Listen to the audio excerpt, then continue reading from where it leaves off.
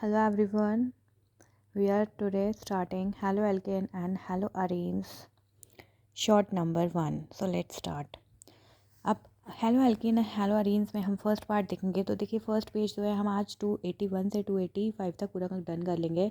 तो देखिए एल्काइल इस पूरा का जो है इसकी समरी मैं आपको यहाँ पे बता रही हूँ। देखिए क्या क्या करना है। एल्काइल हैलाइड जो होते हैं वो हेलो एल्केन ही होते हैं, जिसमें हेलोजन एटम होता है वो sp3 हाइब्रिडाइजेशन कार्बन एटम से अटैच होते हैं एल्काइल ग्रुप के। एराइल हैलाइड की अगर हम बात करें, एराइल हैलाइड को हम हेलोअरीन्स भी बोलते हैं, जिसमें हेलोजन एटम होता है जो कि sp2 हाइब्रिडाइजेशन कार्बन एटम किसके ग्रुप से, एराइल ग्रुप से अटैच होता है। अगर हम बात करें बहुत सारे जो होते हैं हेलोजन कंटेनिंग कंपाउंड्स होते हैं जो नेचर में अकर होते हैं, वो क्लिनिकल यूज़ में ज़्यादातर आते हैं मेडिकल यूजेस में। अब यूजेस देखते हैं, जैसे कि कुछ तो सॉल्वेंट की तरह यूज़ होते हैं जो कि क्या होते हैं, नॉन पोलर कंपाउंड होते हैं। उनका जो स्टार्टिंग मटेरियल होता है, जो उनका मटेरियल होता है बनने का, वो किससे बनते हैं, सिंथेटिक ऑफ वाइड रेंज, अलग अलग रेंज के होते हैं ऑर्गेनिक कंपाउंड्स। हम देखते हैं क्लोरीन जो है उसमें एंटीबायोटिक होती है जो कि क्लोरो एम्फेनिकॉल, जिसका effective very very effective use क्या होता है, टाइफाइड फीवर में इसका यूज़ होता है। सबसे ज़्यादा टाइफाइड फीवर ट्रीटमेंट में। Produce micro organism, soil micro organism. Our body produce iodine containing hormone, जिसे हम थायरोक्सिन बोलते हैं। अगर थायरोक्सिन की कमी हो जाती है, डेफिशिएंसी हो जाती है, तो हमें गोइटर हो जाता है। सिंथेटिक हैलोजन कंपाउंड्स की अगर हम बात करें, जैसे हम क्लोरोक्वाइन भी बोलते हैं, ये मलेरिया के ट्रीटमेंट में यूज़ होता है। कौन, क्लोरोक्वाइन। हैलोथेन यूज्ड होता है एनेस्थेटिक के, जैसे ड्यूरिंग सर्जरी में जो हम एनेस्थीसिया देते हैं वो हैलोथेन ही होता है। फुली फ्लोरिनेटेड कंपाउंड जो होता है, जो पूरी तरीके से जिसमें फ्लोरिनेटेड होता है, जैसे हम वो उसे हम कैसे लेते हैं, पोटेंशियल ब्लड सिंथेट सब्स्टिट्यूएंट्स के तौर पर यूज़ करा जाता है सर्जरी में। अब देखिए डाई हैलो कंपाउंड्स, जिसमें क्या होता है, same type of halogen atoms होते हैं।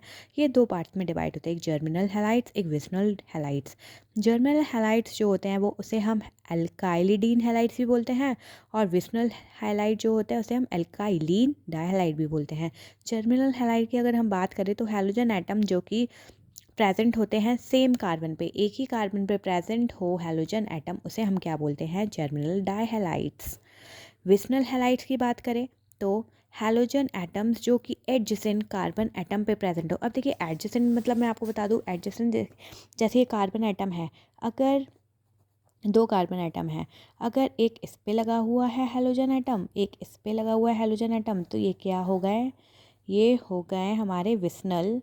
अगर हम बात करें जर्मिनल की, तो जर्मिनल में क्या होता है, एक ही कार्बन पे हैलोजन एटम दोनों के दोनों लगे होते हैं, ये हो गया जर्मिनल। ठीक है, तो फिर हमारा इतना कंप्लीट हो गया। ये याद रखिए कि germinal halides and vicinal halides का जो आईयूपीएसी सिस्टम अगर हम नेम दे तो हम बोलते हैं डाई हैलो एल्केन्स। तो ये आपका फर्स्ट पार्ट पूरा डन हो चुका है। अब हम आ जाते हैं नेक्स्ट पेज पे। अगर आप ये ही पूरा पढ़ लेते हैं तो आपका पूरा कवर हो जाएगा, चाहे जी हो, नीट हो, एनीथिंग।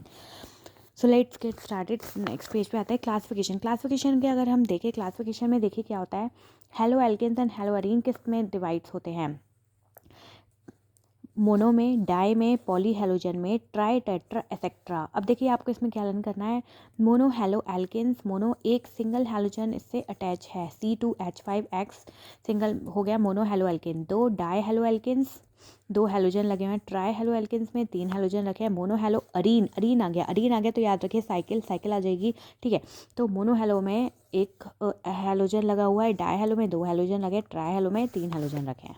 इतना क्लियर है। अब आ जाते हैं हम compounds containing sp3 carbon. Alkyl halide of halo alkanes R X. अगर हम देखें तो देखिए CnH2n+1X, CnH2n+1X, ये अब याद रखिए CnH2n+1X, ये फॉर्मूला ही आपको याद रखना है। इसमें किसमें, एल्काइल हैलाइड और हेलो एल्केन्स में ये फॉर्मूला बहुत यूज़ होता है। अब ये भी किस में डिवाइड है, प्राइमरी, सेकेंडरी में एंड टर्शियरी में।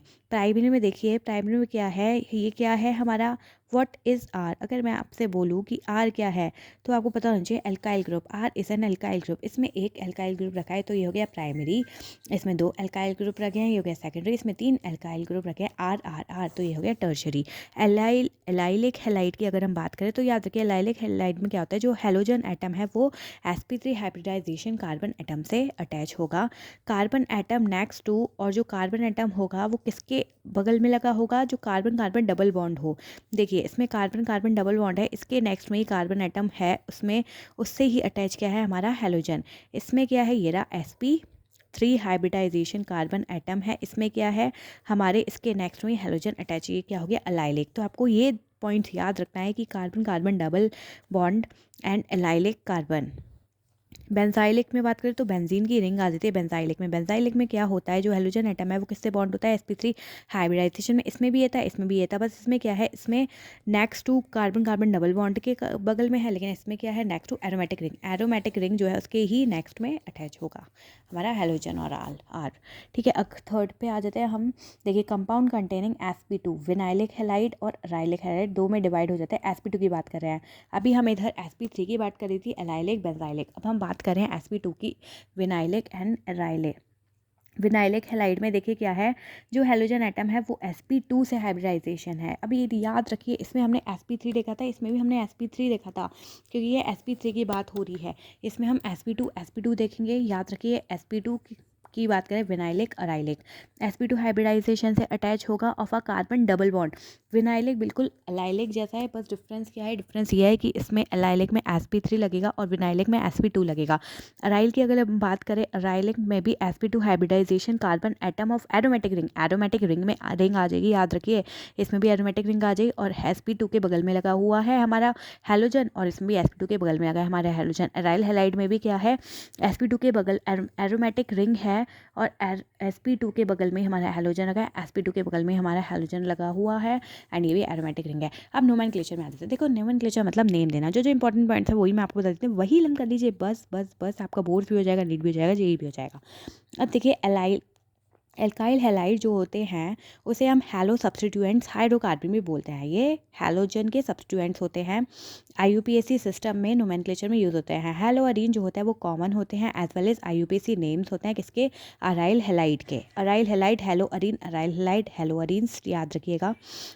फॉर डाई हैलोजन डेरिवेटिव्स की अगर हम बात करें, ortho Meta para, ortho Meta para जो होता है वो यूज़ होता है कॉमन सिस्टम में, लेकिन IUPAC सिस्टम की अगर बात करें तो ये न्यूमरल्स यूज़ होंगे 1 2 1 3 1 4। ठीक है, तो याद रखिए अगर हम बात करें हैं IUPAC नेम्स की तो क्या आ जाएगा, न्यूमरल्स आ जाएंगे कॉमन सिस्टम में, ortho Meta para, common system ortho Meta para. और अगर IUPAC की हम बात करें हैं तो क्या आ जाएंगे, और 1 2 1 3 1 4 ये न्यूमरल्स आ जाएंगे। अब देखिए common name IUPAC name, common name में इसकी अगर हम बात करें हैं तो ये क्या है, सिंगल लाइन में अटैच है, तो ये क्या हो गया एन प्रोपाइल ब्रोमाइड हो गया। अगर हम इसकी बात कर रहे हैं, इसमें क्या है, देखिए बीच में जब एक सब्स्टिट्यूएंट लग जाता है तो इसे हम आइसो दे देते हैं, आइसो प्रोपाइल, थीन है तो हो गया प्रोपाइल, और ये हो गया क्लोराइड, ये इसके कॉमन नेम हो गए। अगर हमने ये थर्ड वाला देखे तो देखो थर्ड वाले में आइसो, इसमें भी आइसो बन रहा है, इसमें क्या हो गया आइसो ब्यूटाइल, क्योंकि 4 है तो ब्यूटाइल क्लोराइड। अगर हमें IUPAC नेम देखे तो देखिए IUPAC नेम में हमने न्यूमरल्स यूज़ करें, हमें हमेशा IUPAC नेम्स में न्यूमरल्स यूज़ करना है, हमें ऑर्थो मेटा पैरा यूज़ नहीं करना है। तो 1 ब्रोमोप्रोपेन, इसका हो गया 2 क्लोरोप्रोपेन, इसका 1 क्लोरो 2 मिथाइल प्रोपेन। अगर हम इसकी बात करें, इसमें सारे क्या आ गए, बेंजीन्स की रिंग्स आ गई। अब देखो इसमें ये हो गया ब्रोमो बेंजीन और ये हो गया डाई ब्रोमो बेंजीन। अब देखिए कॉमन में मैंने आपको जैसे बताया था ऑर्थो मेटा और पैरा यूज़ होगा, तो इसमें क्या है मेटा क्यों बोला गया, क्योंकि ऑर्थो और ये मेटा पे है तो डाई ब्रोमो बेंजीन हो गया। अगर हम इसकी बात करें तो ये क्या हो गया सिमेट्रिकल, सिमेट्रिकल क्यों, क्योंकि एक सिमेट्री बन रही है, और ये क्या हो गया try bromo benzene, 3 bromo benzene है। अगर हम IUPAC की बात करें तो ये हो गया ब्रोमो बेंजीन, ये हो गया 1 3 डाई ब्रोमो बेंजीन, और ये हो गया 1 3 5 डाई ब्रोमो बेंजीन। ठीक है, 1 3 और ये 5 डाई ब्रोमो बेंजीन, और ये हो गया ऑर्थो मेटा पैरा। याद रखिए ये होता है ऑर्थो, ये होता है मेटा, ये होता है पैरा, और वो हम कॉमन नेम में यूज़ कर लेते हैं। अब IUPAC नेम, इसमें बस हमें IUPAC देना है तो सिंपल न्यूमरल लगा दीजिए, 1 क्लोरो, ये हो गया 1 क्लोरो, 2 2 डाई मिथाइल प्रोपेन, कितने हैं टोटल 1 2 3, और इसमें डाई लग रहे हैं सब्स्टिट्यूएंट्स, हमने नेम लिख दिया 2 ब्रोमोप्रोपेन, एक कार्बन पे 2 लगा हुआ है सब्स्टिट्यूएंट्स कार्बन कार्बन, और टोटल कितने हैं 3 हैं। ब्रोमो हो गया 2, और 2 पे क्या लगा है ब्रोमो लगा है, ब्रोमो प्रोपेन। अब देखिए ये इसमें थ्योरी अगर हम देखें तो इसमें क्या क्या है, इसमें है जो भी डाई हेलो एल्केन्स है उसमें same type of halogen atom होगा, जिसे हम क्या बोलते हैं एल्काइलिडीन। एल्काइलिडीन बोल दो या फिर एल्काइलिन डाइहैलाइड बोल दो, कुछ भी बोल दो। इसमें हमें बस ये रखना है कि सेम टाइप होंगे किसके हेलोजन एटम के, उसे हम क्या बोलेंगे एल्काइलिडीन और एल्काइलिन डाइहैलाइड। अगर हम बात करें तो डाइहैलाइड कंपाउंड जितने भी होते हैं जिसमें भी सेम टाइप के हेलोजन एटम होंगे वो 2 पार्ट्स में डिवाइड होंगे, 2 पार्ट्स में डिवाइड होंगे।